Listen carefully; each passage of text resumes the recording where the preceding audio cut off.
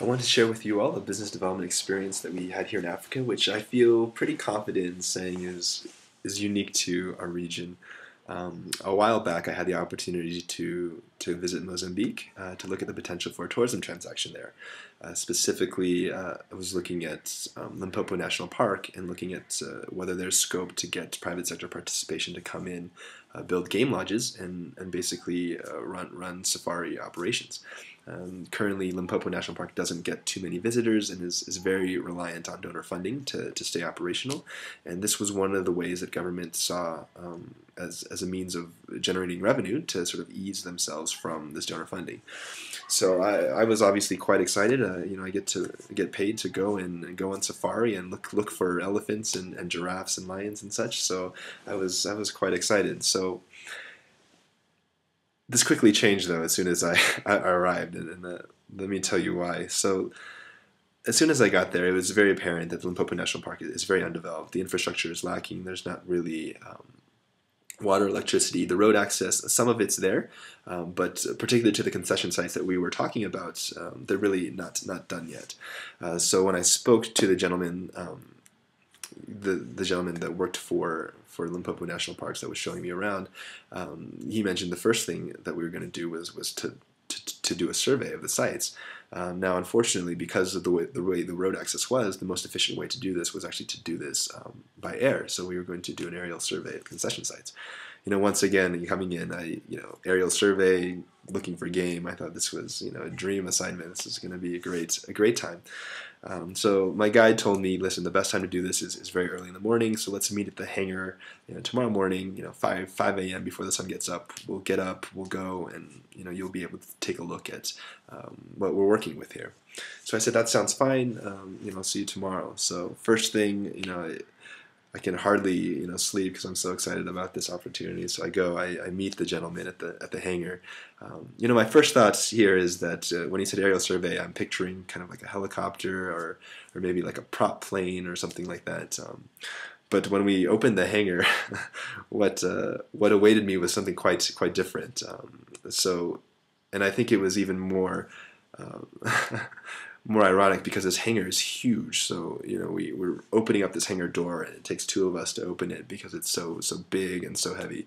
And then out comes this hang glider. I'm not sure if any of you are familiar with what a microlight is, but I mean essentially that's what it is. It's a hang glider hooked up to a lawnmower battery. And my first question was how safe is this? And my guide said it's no problem. Why don't you help me pull the plane out and we'll get started. So duty called. So I said, okay, let's do it. So, the guide says it's safe, so let's go out and do it. So I help him pull out the microlight, and all of a sudden I'm immediately chastised. He says, no, don't grab it there. You're gonna rip it. And so this was sort of my first sort of warning sign that this was not going to be a typical day. So I move my hands onto the lone metal piece, the metal strut, and I help him push out the microlight to the runway. He goes through the sort of the safety things, what we need to do. This is how the seatbelt works, et cetera, et cetera. And then he looks up to the sky, and he's like, we better get going. This is going to be really turbulent. And I'm thinking to myself, I do one of these, try to feel the wind, and to be honest, I really didn't feel anything. And the fact that this guy is telling me that this is really turbulent weather, and I'm really starting to feel a little bit uneasy. But I was with a technical consultant who, tourism, especially game lodge concessions, is really his thing. And he had gone on this microlight tour the day before, so. I really couldn't back out at this stage. If the technical consultant's going to do this, then we as IFC, we've got to do this as well and make sure that we do our part. So we go up, and actually, as soon as we get in the air, I get over my uneasiness. I mean, it's absolutely incredible. We're flying sort of 40, 50 meters above the ground, going through gorges and looking at zebra and wildebeest and things like that. It's really quite something. So we're toying around, and then after After about an hour, hour and a half or so, he motions that he wants to land and take a leg break, stretch our legs. So I said that's fine. So we go down, we land on sort of this abandoned hunting lodge, which has a dirt road that functions, as a landing strip for this small plane. And we get out, we stretch our legs, and by this point, again, we're about sort of an hour, hour and a half out of sort of the home base where all the other folks are, and with the road access being the way it is, I mean, we're really sort of in the middle of nowhere at this point. So we get out, stretch our legs, and then he's like, my guide says, "Okay, let's get back in the plane and let's go back." So I said, "That's fine." And as we get in, he makes this comment, "Oh, I really hope this works." And at first I thought he was joking, just having a little bit of fun with the guy who's visiting. But he says, "No, we've had a lot of problems with getting the plane started once it stops. So let's just hope for the best."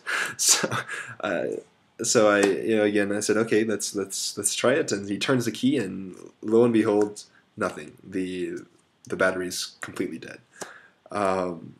And at this point, I'm a little bit shocked, sort of in disbelief that, listen, this is probably something you should have disclaimed before we hopped into the plane and flew an hour and a half into the middle of nowhere, surrounded by lions and rhinos and such.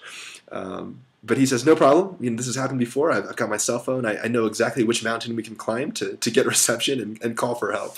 So at this point, what can you do? You're stuck in the middle of nowhere. You say, "Okay, let's do it. Let's go on this hike." So we hike, and it's very hot at this part of the year in the Popo National Park. It's about 45 centigrade Celsius. So we hike up, sort of drenched in sweat. He finally gets reception. He pulls up his phone. Okay, he makes the call back to the base, lets them know what's going on. He hangs up and he turns to me. He's like, "No problem. Everything is going to be okay. I've talked to the team. They know where we are. They're coming. They're going to bring a car with an extra battery. We'll be fine. It's going to take about 11 hours." So, again, what can you do? So he says, "I know this abandoned lodges. We can go and get some shade and wait for them." So we hike back, and this is actually quite a distance from the mountain by this point. So we make it. We go. We sort of camp out in the shade, talk for a little while, and after some time passes, my guide says, "Listen, I need to make another phone call. Would you like to come back with me? I need to go back to the mountain." And given how hot it was and how high strenuous this hike was, I said, "You know what? I'm gonna go ahead, stay here. I'll guard the plane and the base, make sure everything's okay, and you go ahead and make the phone call." So he goes to make his phone call, but it's now been some time passes, and some more time passes, and some more time passes, and I get to the point where I start to worry a little bit, because it didn't take that long for us to get back, and I'm starting to be a little bit concerned about what's going on. So eventually he does come back in, but he comes in pale as a ghost. I've never seen anybody so devoid of sort of blood in their face, and he's trembling a little bit. And I ask him, what happened? What are you okay? Is everything fine? His response is, this has never happened to me before. I've been a professional guide. I used to be a professional hunter, lead tourists on hunts. I've been doing this for 25 years. I know this part of the world as good as anybody else, and I can't believe what happened. And I said, what happened? So he was walking back, and as he was walking, he hears these thundering footsteps, right? And he looks around, trying to see where this noise is coming from, and he sees this Cape buffalo charging at him full speed. And by this point, he's saying, sort of 50 meters, but charging straight at him.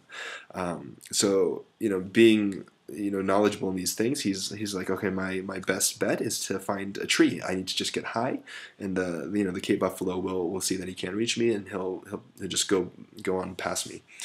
So unfortunately, when he looks around, he only finds one tree, and we went back afterwards to look at this tree and take pictures. And it's a tree's an overstatement. I mean, we're talking like a shrub here. And he jumps up, and the tree branch breaks. So at this point, he thinks to himself, well, this is it. I had a good run, but he has this last ditch idea that, well, the Cape buffalo, the eyesight is not so good, and it's based mostly on movement. So what he does is he hides behind this shrub, stands as sort of as still as possible, and basically picks a side. And his strategy is that as soon as this Cape buffalo comes by, that he'll sort of dodge and jump sort of on the other side. Thankfully, he picked the right way, and the buffalo went by without hurting him. However, when we went back to take a picture, you can actually see on this tree where the Cape buffalo's horn had sort of ripped off the bark of this tree trunk, and he's telling me the story, and he's just like, I'm so glad that you didn't come with me, because if there were two of us, one of us certainly would not have made it. And this is quite an incredible experience. Thankfully everything worked out okay. Everyone was safe, but yeah. So that's is a story of some of the work we're doing here in Africa. Again, probably not the norm, but something a little exciting, and I wanted to share with you all.